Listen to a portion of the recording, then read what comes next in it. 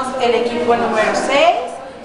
Ella es mi compañera Carolina, ella es mi compañera Mariana, yo soy Itzel y vamos a hablar acerca de Immanuel Kant. Immanuel Kant nació en 1724 en lo que ahora es conocido como Prusia. Toda su vida se la pasó en los alrededores de su país. Creció en un hogar pietista que ponía énfasis en una intensa devoción religiosa, la humildad personal y una interpretación literal de la Biblia. Kant recibió una educación estricta, punitiva, disciplinaria, que favorecía la enseñanza del latín y la religión sobre encima de las matemáticas y las ciencias. Bueno, Kant primero fue enviado al Collegium Phaederarum y después se matriculó en la Universidad de Kruskimberg en 1740 a la edad de 16 años.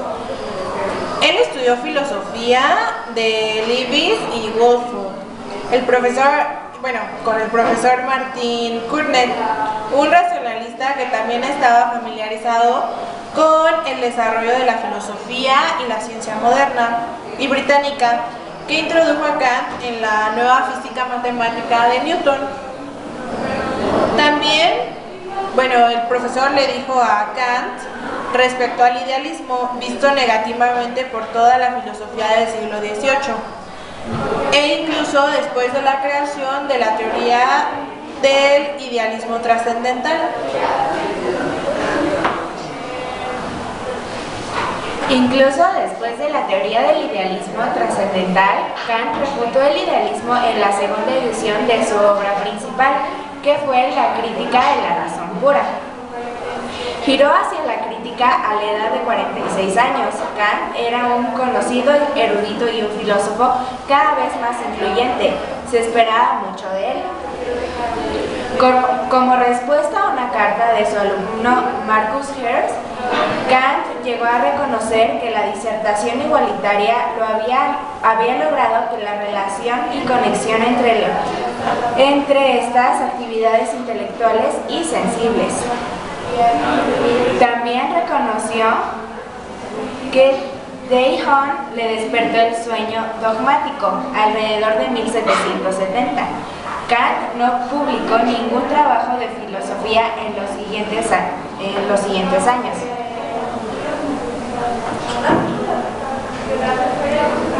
Kant decidió hacer una década silenciosa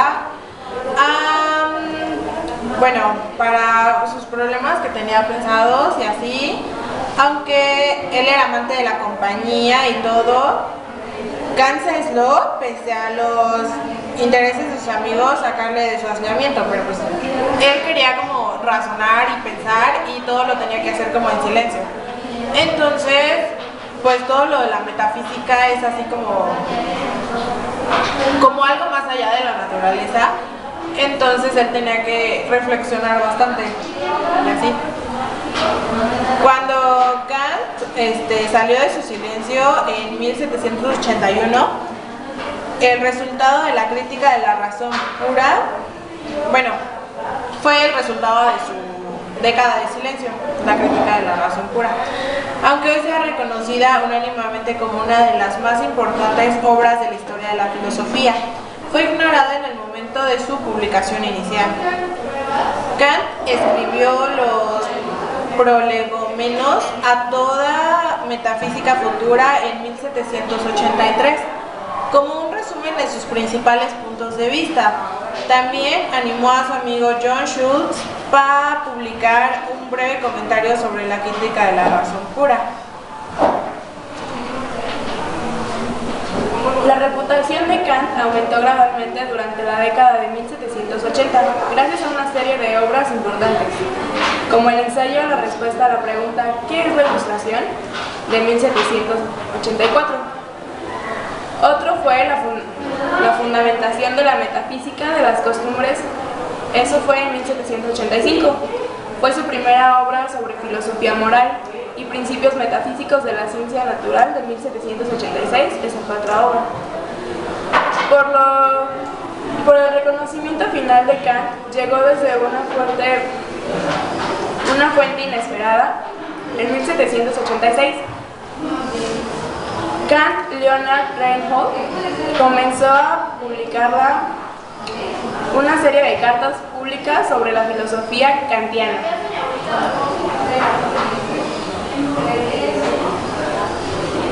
Bueno, en estas cartas,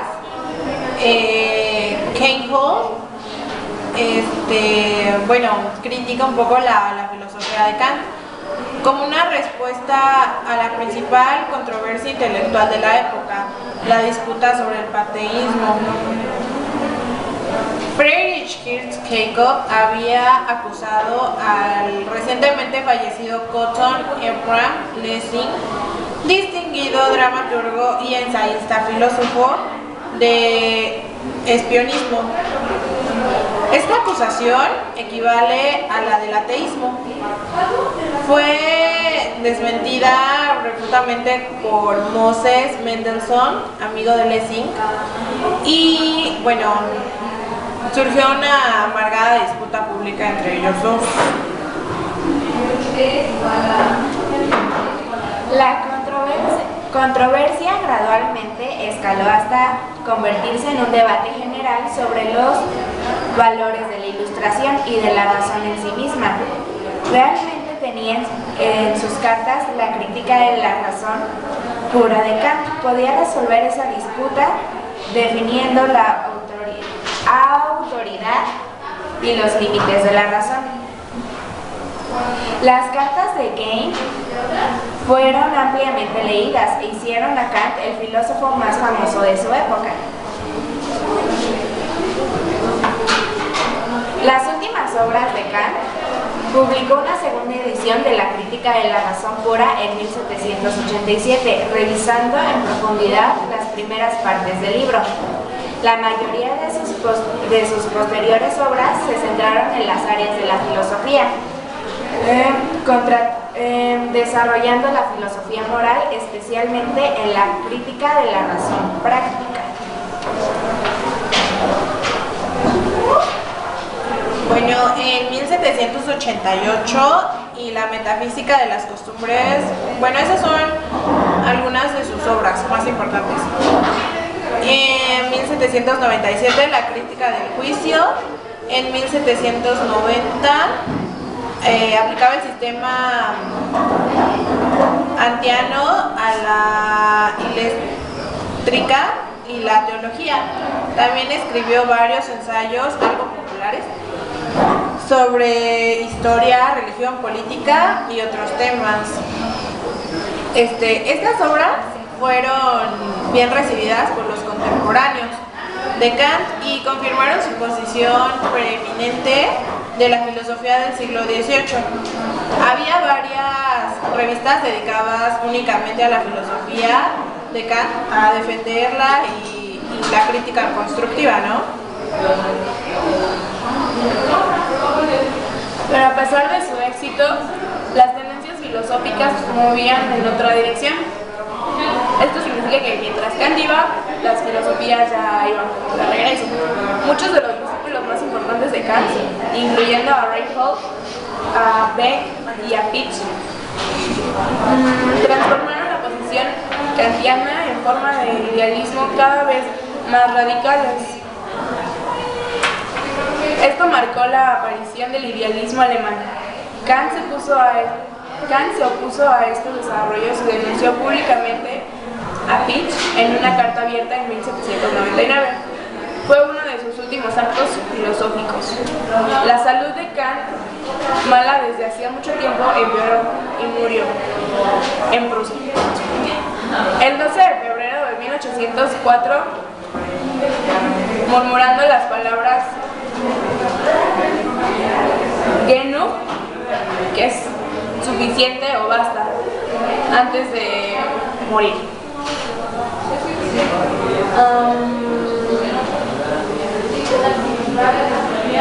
Bueno, vamos a hablar de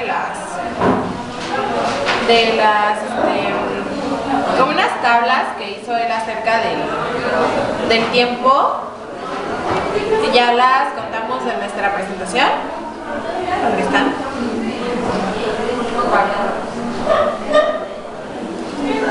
Bueno, sobre el espacio y el tiempo, se llama la estática trascendental. Se supone que el espacio es una forma pura de sensibilidad y el tiempo forma el sentido interno y condición formal de todos los fenómenos. El espacio no es un concepto empírico, extraído de experiencias externas. De hecho, según los filósofos, dicen que el tiempo no existe. Y en el tiempo no es un concepto empírico extraído de alguna experiencia. 2.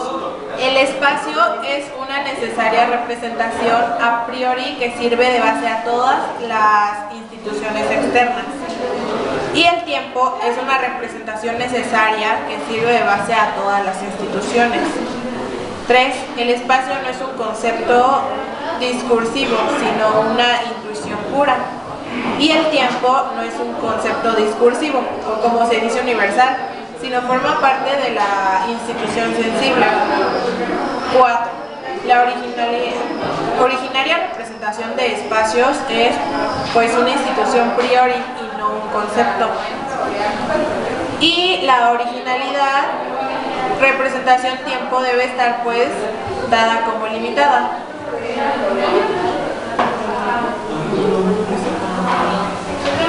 Ahora, el sistema kaniano de la analítica trascendental también habla de los criterios de clasificación de los juicios. Se clasifican por cantidad, cualidad y relación. Los que se ubican en la clasificación de cantidad son los generales, particulares y singulares, y su categoría es la unidad, pluralidad y totalidad.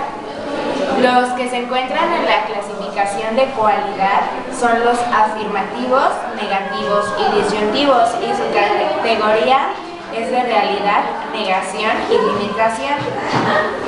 En la categoría de relación encontramos los categóricos, hipotéticos y disyuntivos, y su categoría es la subsistencia e inercia, casualidad y acción recíproca.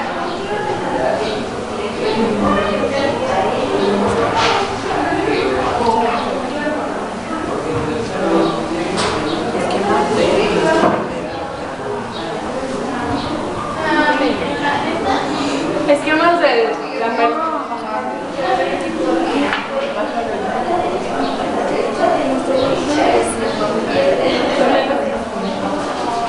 esquemas de la percepción del objeto.